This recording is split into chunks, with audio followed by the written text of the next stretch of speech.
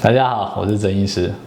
又到了秋天这个秋高气爽的季节，那大家除了趁着秋天享用美食以及气候还宜人的时候出去玩，大家也要注意随之而来容易好发的一个上呼吸道疾病，那就是咳嗽。咳嗽可以说是我们是否出现感冒症状还是过敏都常见的一个临床症状。那中医怎么看待咳嗽呢？咳嗽可以分成内伤以及外感。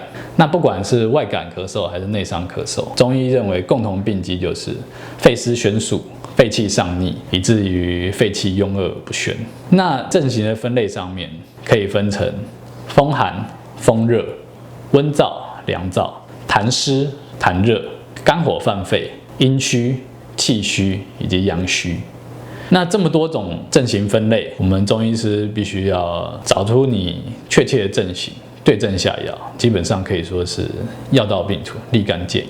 另外，在临床上面，除了我们比较常见的原因，还有2个比较容易为人忽略的，一个就是肝火犯肺，可以取个通俗易懂的名字叫肝咳。那另外一个就是胃食道逆流导致的咳嗽，可称之为胃咳。以上不论是哪一种原因，我们透过中医来治疗，效果都是非常非常的好。另外，我们在居家保健上面有什么可注意的事项？第一个，希望你饮食是清淡，辛辣、油炸、烧烤、卤味尽量不要摄取。另外，你在吃冰跟寒凉性的食物，一定要管住自己的嘴巴，因为你吃冰一样容易诱发本来不存在的咳嗽。另外，甜、咸、辣这种重口味的食物容易生痰，请你也尽量避免。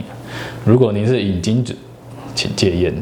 发现外头空气品质不佳，请戴上口罩再出门。最后，在秋天这个季节，我们可以多吃百合、银耳、水梨这种天然的食补食疗，来强化我们的呼吸道，改善我们的体质，预防咳嗽。